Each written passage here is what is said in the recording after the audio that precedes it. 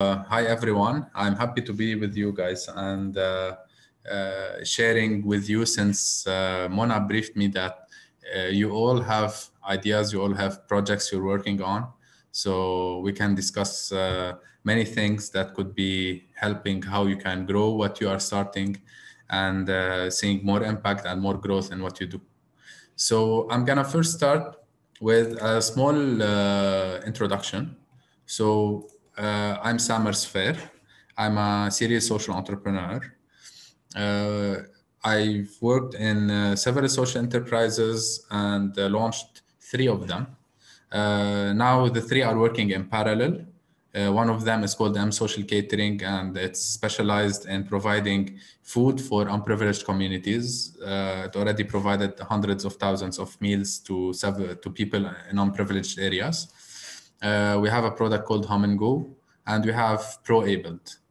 So before starting with going more into details about social enterprises, a small brief about what is a social enterprise is that a social enterprise joins both strength. So you have the strength of social, where you find how you can do impact for people, for the environment, for unprivileged communities, for people with disabilities. And you have from the other side, the enterprise model, which is one of the strongest models ever created by humankind. That's why you see huge companies and going worldwide. Some companies could go stronger than nations, stronger than countries, and they could last for hundreds of years. So it's a model that is very strong. If you add to it social impact, imagine what we can do good for society and for our planet. So I'm gonna start with Your voice cut for a bit. Yeah, so I was saying that social enterprise joins enterprise model with social impact. So if you join the model of an enterprise with how to do social impact in a sustainable way, you can actually do a lot for yourself, for your community, for your surrounding. So I'm gonna start first by the starting point for any theory of change. The starting point is to see and understand a real challenge, a real need in our society. So the whole concept of theory of change can be built only on seeing there is a real need. If the need is an illusion that we think this is a need, we think there is a challenge, so we will go nowhere. So I'm gonna start with a need that we saw based on our work in NGOs for the past around 13 years. We saw that persons with disabilities, that people that cannot hear, cannot see, cannot walk, or have partial disability, have a lot of potential, have a lot of things to give to the private sector and to work. However, they're barely given the chance to prove themselves and to become productive. We're speaking about numbers related to, in developed countries, we're speaking about 60 to 70% of persons with disabilities are without jobs. And we're speaking in underdeveloped countries, 80 to 90% of persons with disabilities are without jobs. So there is a huge missed potential for us. So how do we change that? How do we contribute in making a more inclusive society? This is where we began to think of what can be done, what can change. This is the theory of change. What can change if you change one factor that could actually change the whole result at the end? And this is where I will first share our theory of change. So can you see my screen?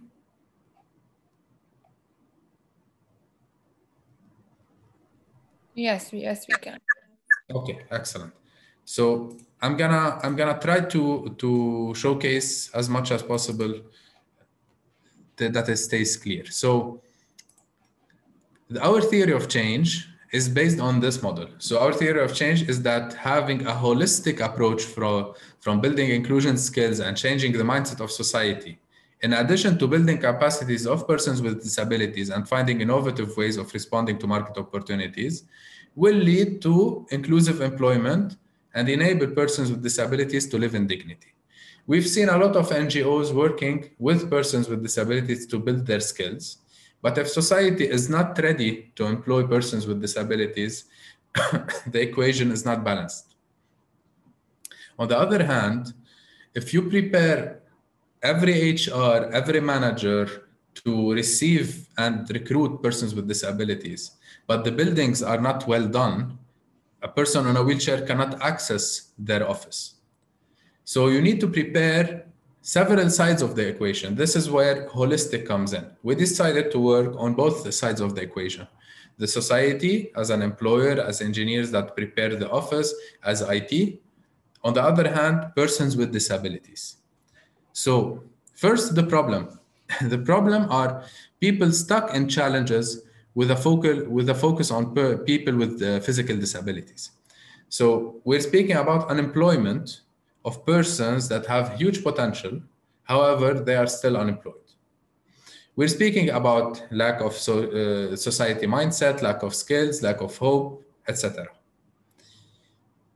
Our assumptions is that people want to overcome these challenges. People with disabilities have the potential to become productive. It is possible to change mindsets. We hear it all the time. There is no way that you can change the mindset of HR that have 20 years of experience. We've changed the culture of some companies in Lebanon that now have more than 20 new employees with disabilities just by providing the right training, the right coaching to their HR managers and business managers and even officers. And this is where the culture began step by step. It took us a year and a half to change the mindset of some companies. However, you can change mindsets. There is a job market. We have persons with disabilities that have talents that are needed in the job market. There is a need for them to be there. HRs, managers, and architects and engineers are willing to get coached and be more inclusive. So these assumptions, based on them, we decided to take action. Who's our audience and entry point? Youth willing to learn and work. Primary. Hello? Your voice is lagging a bit. Sorry, can you hear me? Yes, actually, it is quite clear. The voice is not clear.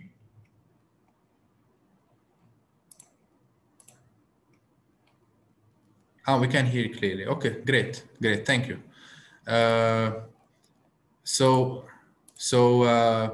Okay, perfect. So the audience entry point. Audience entry point, we have two sides. Again, we have the side of the persons with disabilities. We decided to work with people between 18 and 35, with exceptions, of course.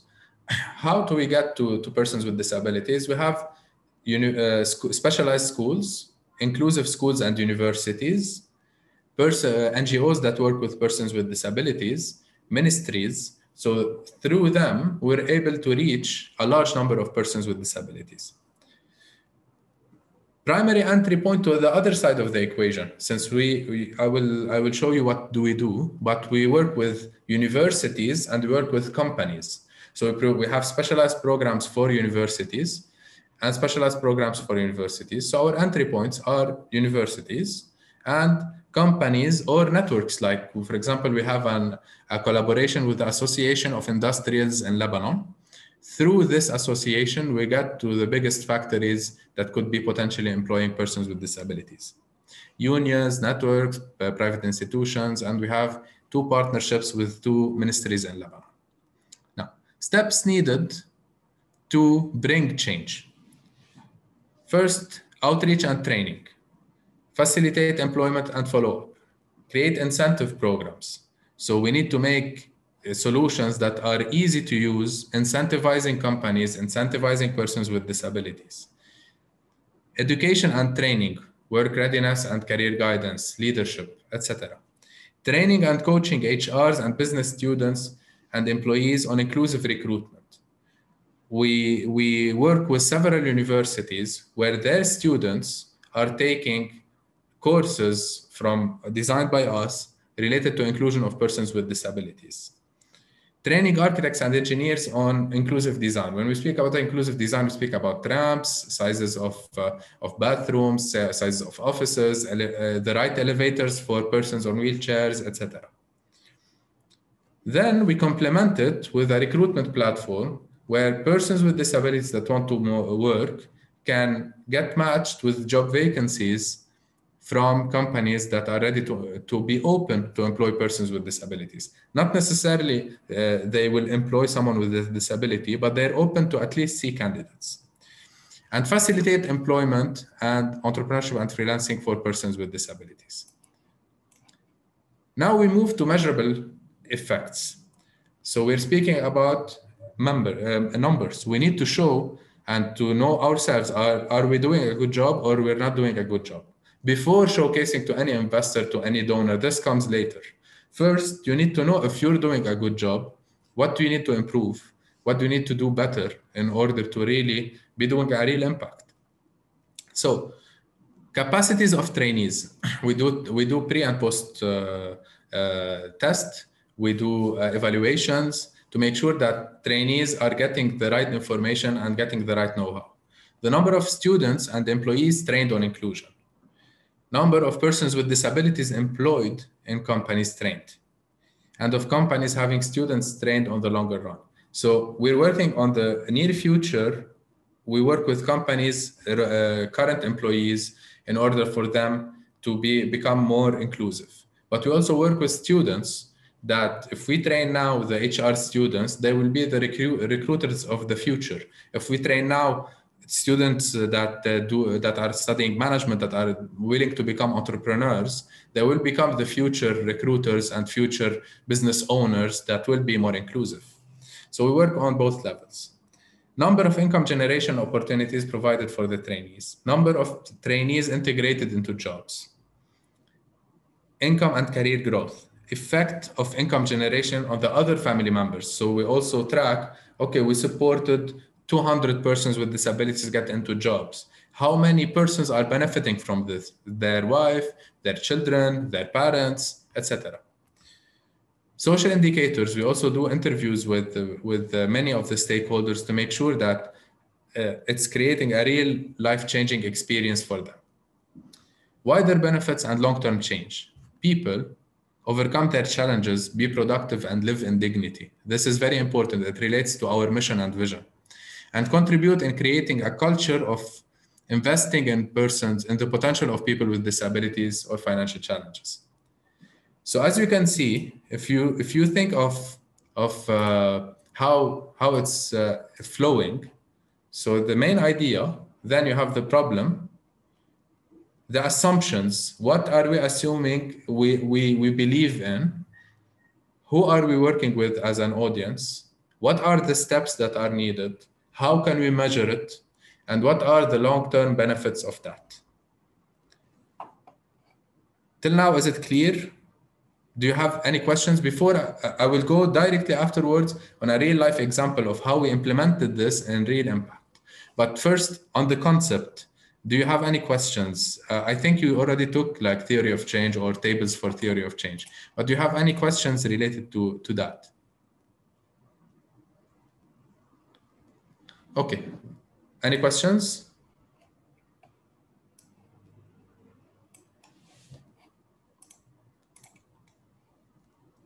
Perfect. So I'm gonna give you now an example of how ProAbled use this theory of change to make impact. So I'm gonna first showcase to you what is ProAbled. Just a minute.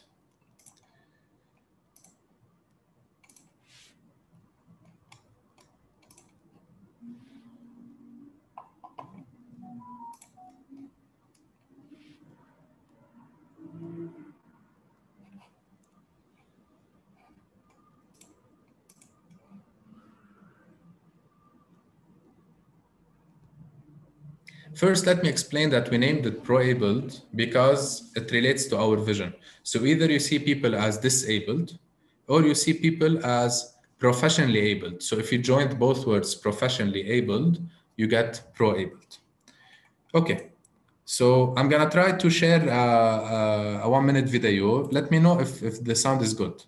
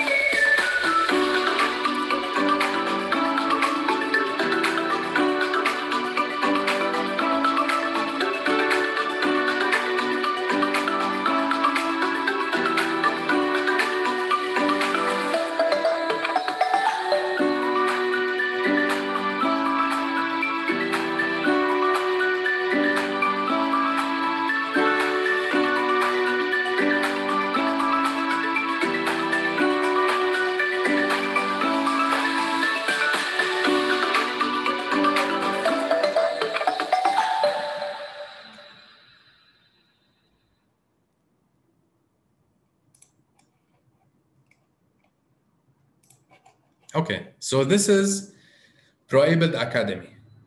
Pro-Abled Academy is the solution that was built based on the theory of change.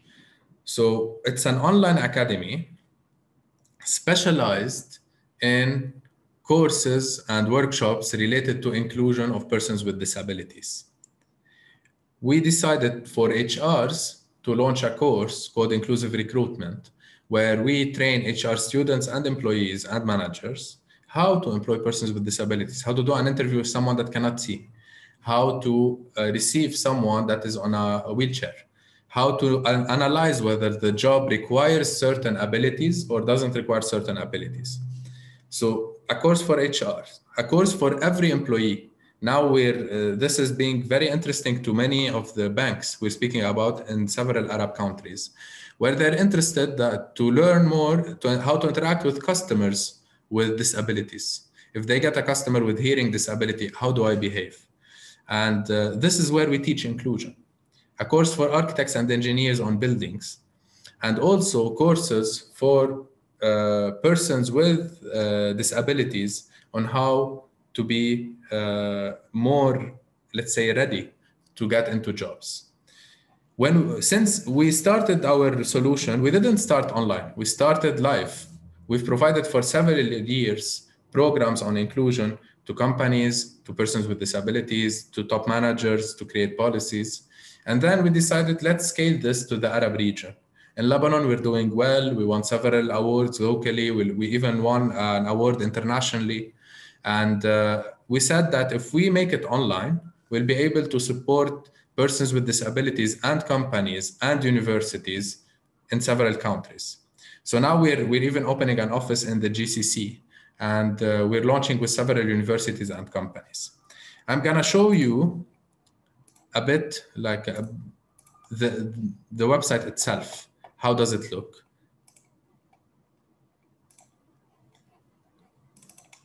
So this is the academy. The academy is we made sure to make it very straightforward, because especially top managers, we speak about managers that have like 500, 2,000, 3,000, 10,000 employees are taking some of the courses. So we decided to make it very straightforward. And for students, it's working very well because they also want something very fast. So we have courses in Arabic and in English. So these are the series of courses. You can get them from several places. For companies, universities, NGOs, and individuals, we have several programs. We have intros eventually. And then we made sure that to use the latest technologies, and this is very important for you guys in your projects.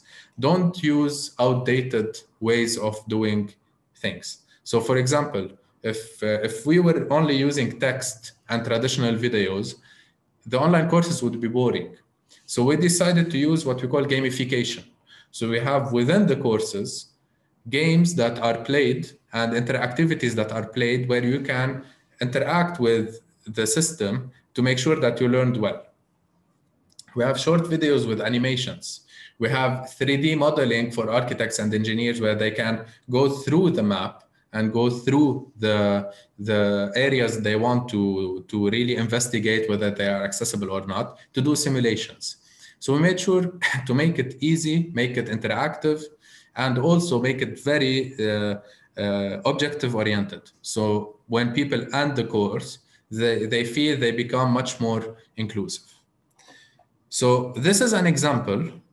I'm gonna just stop here for this section, just to give you an example of how a theory of change relates to a product and how the product makes impact. Till date, we're at around 1,100 among persons with disabilities and financial challenges trained. We're speaking about more than 500 HRs, managers, architects, and engineers trained and supported. And we're speaking about more than 550 persons with disabilities or financial challenges supported to get into jobs. An idea, a problem translated into a theory of change translated into a real solution. And then the solution is spreading now. In Lebanon, we're already in contact with 200 companies. Now we began in UAE. We started contacts in Qatar, and there could be potential also in Saudi Arabia. So we're going step by step to make the maximum impact possible in every country, in universities and companies, and directly with individuals. So very soon we're gonna open up for programs to Arab universities and a program where any individual can go online, buy the course online, and continue and take the course fully online. Now, there's something I will highlight because I spoke a lot about impact. There's something that complements impact that every one of you needs to really focus on, is sustainability. The challenge with classical NGOs are that classical NGOs, which are doing a great job, they rely a lot on donations. However, when donations go down, many of the NGOs just shut their doors. On the other hand, you have the traditional companies that only think about money. So if you think only about money, you will lose the whole purpose of doing impact, of making a real change in people's lives. So you need to think also of sustainability. We spoke about impact, now sustainability. How do we sustain such an initiative? Our model is simple, is that we sell the courses online. Sometimes the universities pay for it, sometimes the companies pay for it, sometimes the individuals pay for it. And in some cases, some foundations told us like, we're ready to cover for 200 persons in a certain region, in a certain context, we're gonna pay for them. This way, we're able to sustain our activities, we're able to grow our team, to make more impact, and to make sure that our impact is not for a few years. We're speaking about impact that will last for several years in the future. So this is where we can join social impact, changing people's lives, and on the other hand, be sustainable, be a successful enterprise, and grow with what we do. I'm gonna stop here and leave a lot of time for Q&A if you have questions. Let's make it more of a discussion. We can speak about several things. Yeah, I would like to ask you, Samer, what are some wrong assumptions you have made, and what did you do to fix that? Yeah, okay, good question. So one of the assumptions that we made at the beginning was that just for social impact, companies would be very cooperative in employing persons with disabilities. This is not true. Actually, we needed to show to companies that employing persons with disabilities is good for the company, because they would be good employees, productive employees. They are loyal to the company. Now companies have problem that employees come for 1, 2, 3 years and then they go into a rotation to a different company. So we needed to focus not only on social, we needed to focus on to showcase to our clients that what we're providing is of value. And this is where we changed our strategy, and it worked very well. We showed them how the business value of it. So in any social enterprise or regular enterprise, don't just show what you guys do. Show, and this is very important, what's in it for your client. A client doesn't care if you have, let's say this is a cup of tea.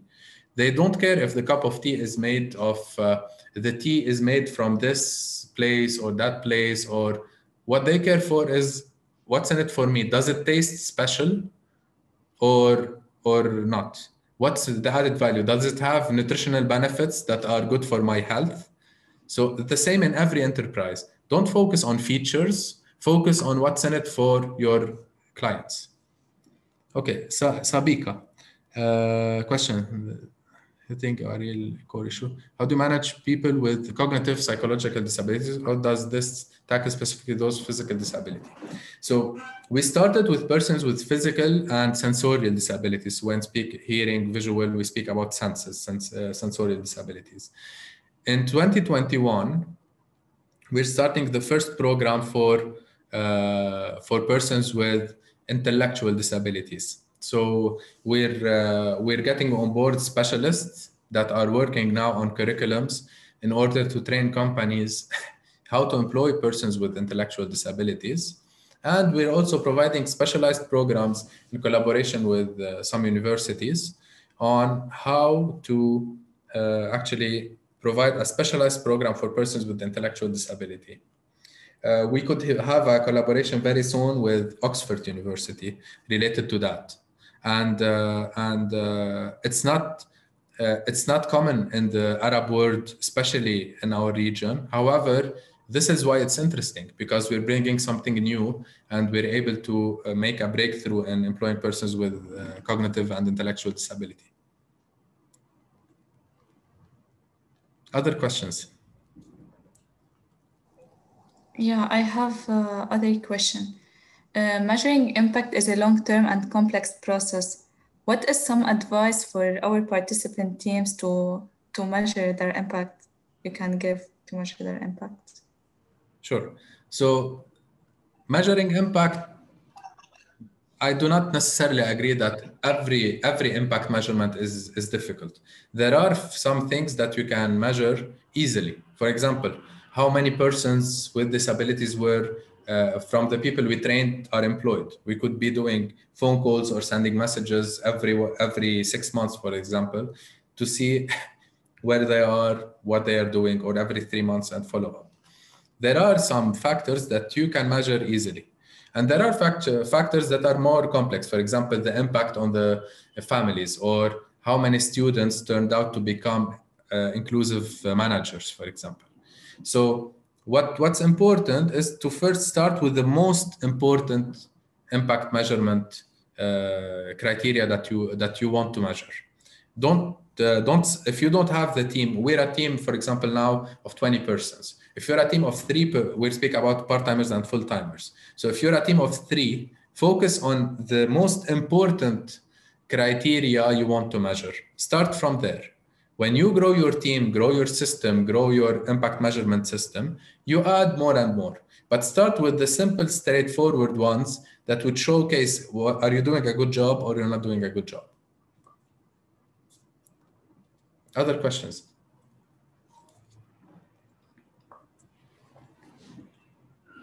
Okay, so could you please give the information about the institution in which you're working for learning disabilities? And you also, can you explain more about, do you mean the NGOs? If you can just explain more your question, or if you want to explain it by voice in the conversation.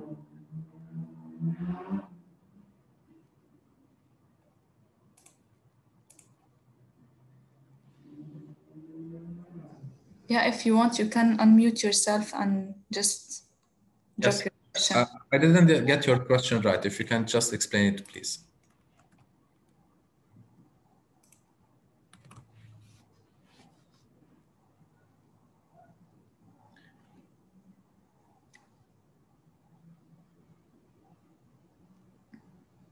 عندي احتشام. Can you hear us?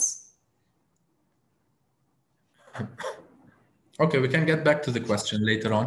So if other people have questions, I'm gonna try to understand the question well. So basically we work with, I'm gonna share the link. This is our institution, if you're asking about that. Relating to NGOs and institutions depends on each country. So in country, we work, for example, with the Federation for the Deaf, with the School of Blind. We work with several institutions, the Lebanese Forum for Persons with Physical Disabilities, work with several institutions on that level. In each country, we have different partners we can collaborate with. Okay, other questions? Sabika, how do you personally get involved with persons with disability community? Typically, it happens when people are inspired by an encounter with someone with a disability or personal experience. Is that the case for you? Okay, so a good question. Actually, it started with at university. I had some friends that had disabilities. So I had a really good friend that had hearing disability. And then also I had a good friend that was on a wheelchair. And both of them were amazing. So one of them had a master's degree and the other had also a university degree. And both of them were unemployed. And it was really unfortunate because they were top students. They were very dedicated, but they were not given the chance to get into jobs. One of them now is in Canada. And in Canada, he's a regional manager in Canada. He has hearing disability. He's a region manager. He goes by plane from place to place to check on several branches of the organization he works with. The other person is part of our team now. So when I saw I got frustrated. Frustration sometimes is good. So I got frustrated that it's unfair for people that made such efforts and that have so much potential to be unused. So they inspired me and the other co-founders to start something that would change this. And in the Arab world, we need to work all together to change this because we need to change our mindset and our society to be more inclusive. Other questions? Christelle, what kind of support can NGOs provide to start a social enterprise?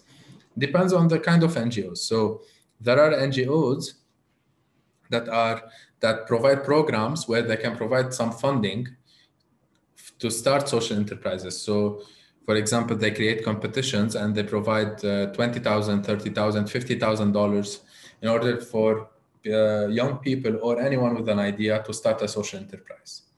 Another kind of support, which is training, coaching, and mentoring. But this is important that you get not people that know training in general. You need people that know training in your specific field and that have proper expertise into that, to teach you what kind of mistakes not to make, mistakes that they passed through before and that they need to actually overcome. Third, we're speaking about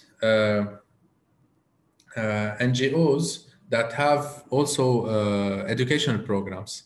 So they could be embedding within universities like what you guys are doing.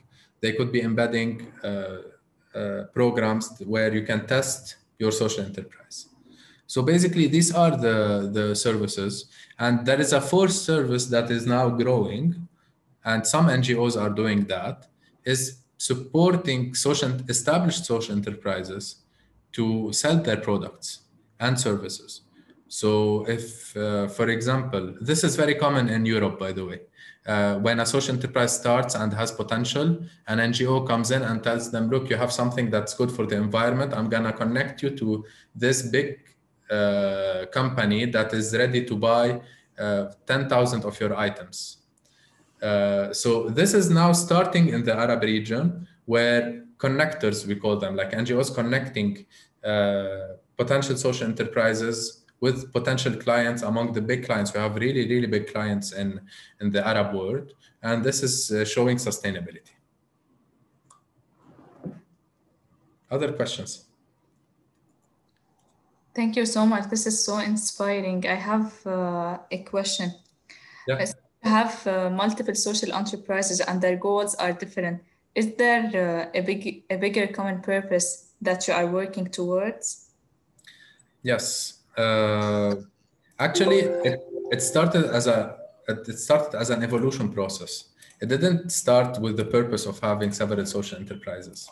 It started with the M Social Catering one, where we were employing vulnerable women and persons with disabilities in a catering, and decided to make food for unprivileged families. When it evolved into into pro-able, for example, where we saw that why should we limit ourselves to food and beverage sector? Why don't we open it for everyone to learn about inclusion? So if you want, the main purpose of what we started was to make a sustainable impact in people's lives. Now it branched one with M Social Catering to make meals for unprivileged communities, and the other one for pro-abled in what we do. So it started from there. The mission is still the same, to support persons that have potential so they can overcome their challenges and live in dignity. This is the higher purpose. And by the way, it all started in university, in a program where I was in American University. Before I was in Notre Dame University, it started with an initiative at Christmas, a small initiative at Christmas, but that was amazing. Then it evolved when I was doing my master's into a social enterprise model. And we won a regional competition between 5 Arab countries through this project. And then it built up to become a full social enterprise. So that's a way to encourage every one of you that what you can start now at university can become an impactful social enterprise or impactful enterprise in the future. I agree. Honestly, I volunteered with the Forum for People with Disabilities in Tripoli. Yeah, they're doing an amazing job. Yeah, they are. Now we have a collaboration with them in one of the programs. Yeah, I'm part of the team. Yeah. Great. Other questions? There is a question in the chat from Sabika. Sabika, sorry, I will keep asking questions. Feel free. Question: it is expected to see resistance from organizations and to change that bias. However, did you see resistance from people with disabilities in themselves that they have potential?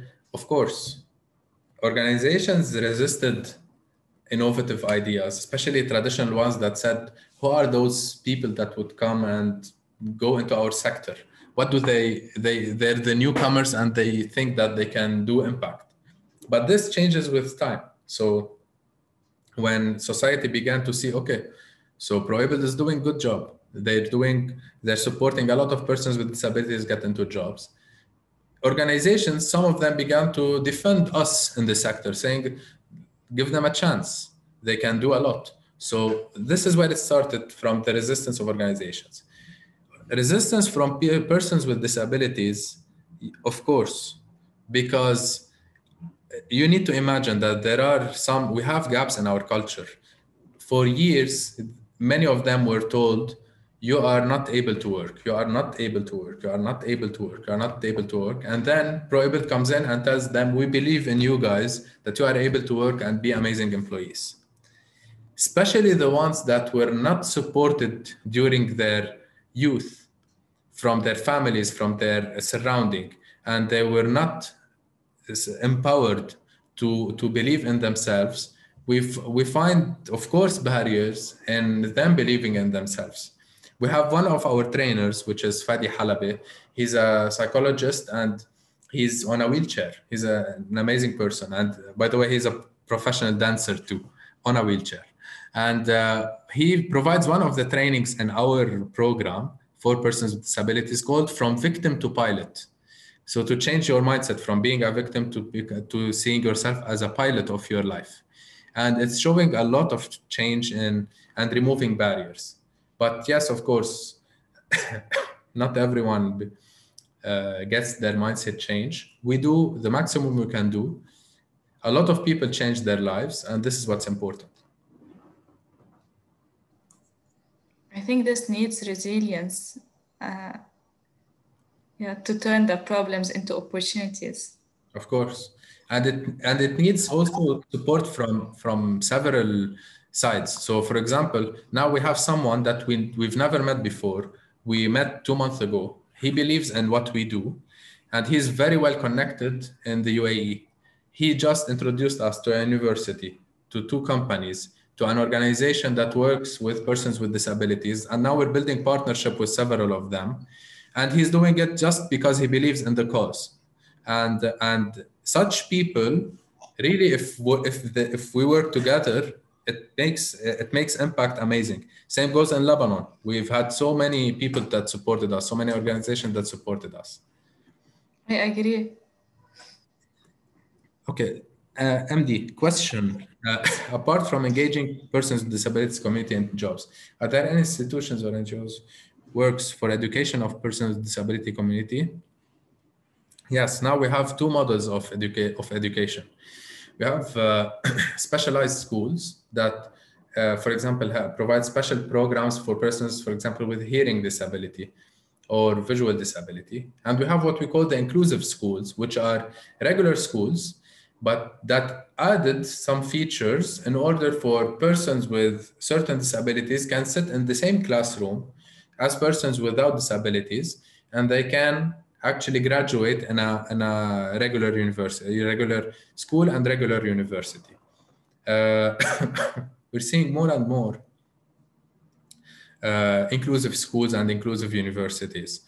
We're still late as in Arab countries, but we saw recently many universities making efforts to become more inclusive.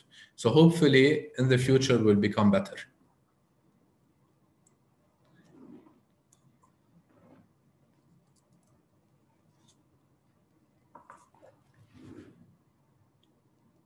Other questions?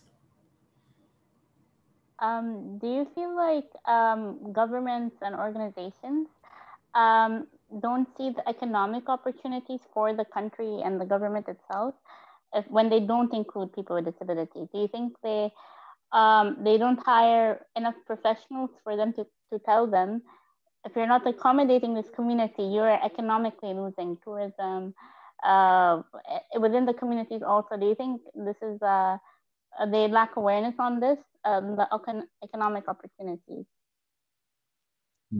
Very important question and very important statement. This is exactly what's happening. So if you have persons, any person that is unemployed, it's whether you like it or not, it's a burden on the government, burden on the public sector. Even if they don't support the person directly, they'll have to support indirectly. So the smartest thing that a public sector or a government or whatever you want can do is to transform such persons and open opportunities for them so they become taxpayers. So instead of being the government and the public sector needs to support persons, the persons become taxpayers so they support the public sector. It's not easy to convince ministries or other institutions of that, because it's a bit of an advanced idea. For traditional people, it's something that they don't see. However, in Lebanon, for example, when we began to show success stories of persons with disabilities getting into jobs, we got interest from the Ministry of Labor in Lebanon, and we signed an MOU with the Ministry of Labor to support them in spreading inclusion into the private sector and the public sector in order to employ more persons with disabilities. So success stories convince the public sector. They are the late adopters. But in many countries now, we see strategies. So, for example, in several countries from the Gulf area, we're seeing national strategies being built for inclusion of persons with disabilities. And this is very good. So hopefully we'll see more and more of public sector institutions getting involved into this. Thank you for the question. It's a very good question.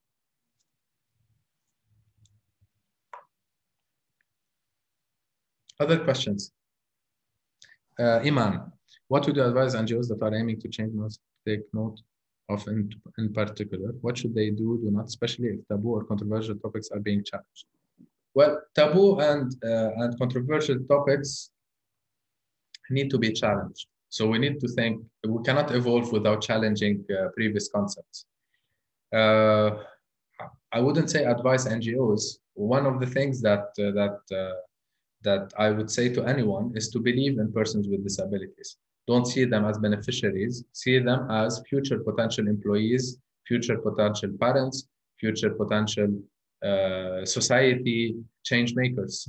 So when you change this mindset, you'll invest differently in those people, from the person that would become very, let's say, blue labor employees that could work on just stocking products on a shelf.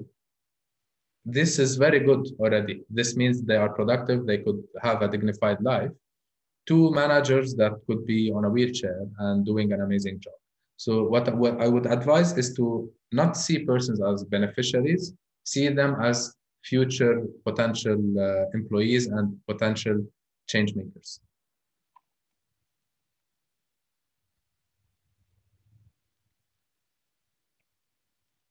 Other questions?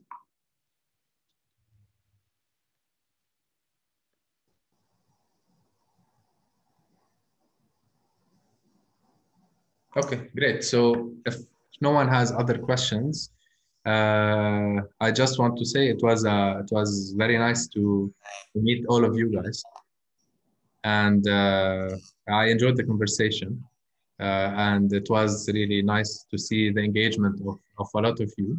I wish you best of luck in what you're doing, and hopefully you learned more about how you can translate a challenge into a theory of change, and the theory of change into implementation.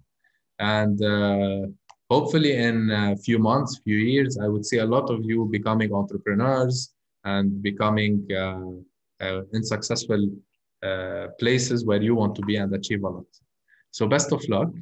I shared already in the conversation the link for our social enterprise, and I'll also share my email.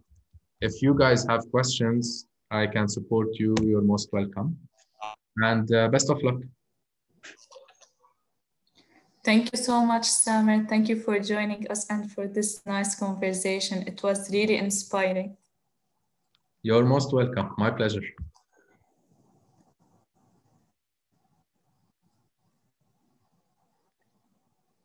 Okay, so I just sent my email on the chat for the ones asking. You can check that back on the chat. Okay, so we'll see you soon, guys. Best of luck. Bye-bye. Bye, thank you.